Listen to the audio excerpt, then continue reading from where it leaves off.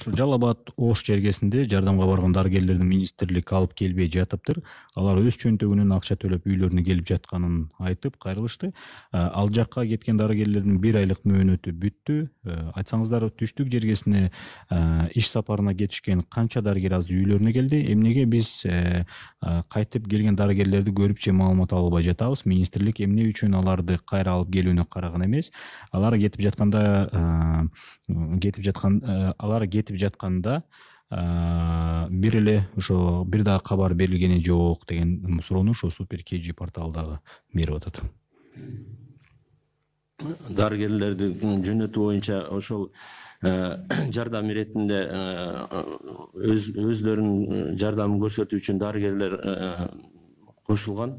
Алардын келүүсү боюнча так маалыматты тактап дагы көрөлүк. Себеби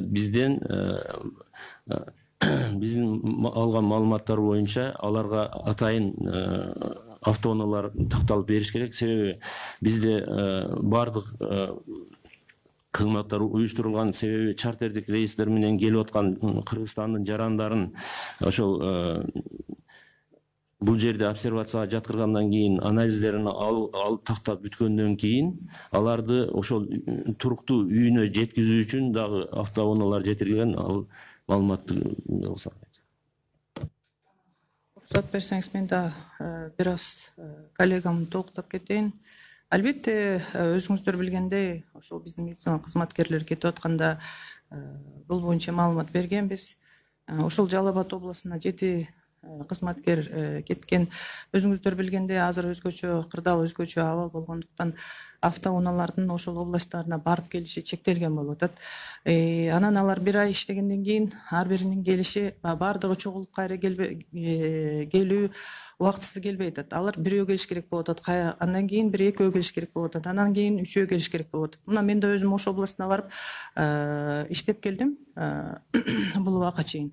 Ал жерден чыгып келиш, кетерде дагы атайын ушу гуманитардык жардам алып баруучу эле автоунаа менен барып атабыз. Андан сырткары жергиликтүү бийлик деле жардам берип, ошолорду жеткирүүгө, жардам берүүгө аракет кылып атат. Бирок өзүңүздөр туура түшүнсөңүздөр, ошол автотранспорттон областтардан өзгөчө абал кырдаалында келүүсү кыйынчылыктар туудурат экен. Анан ал боюнча дагы мына биз тастыктадык, билдик, алардын келген ошол сарптаган, өзүнүн чөнтөгүн сарптаган акчасы кошумча атайын төлөнүп берилет. Жана 1 айлык иштеген атайын пулдан сырткары, ошондон сырткары суткада сарптаган акча каражаты дагы төлөнүп берилет.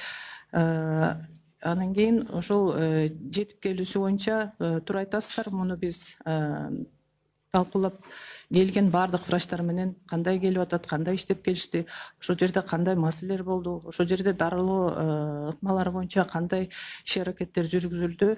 Сөзсүз түрдө биз бир массалык маалымат каражаттарынын өкүлдөрү менен бир чогулуп, бир репортаж кылып маалымат берүүгө беребиз.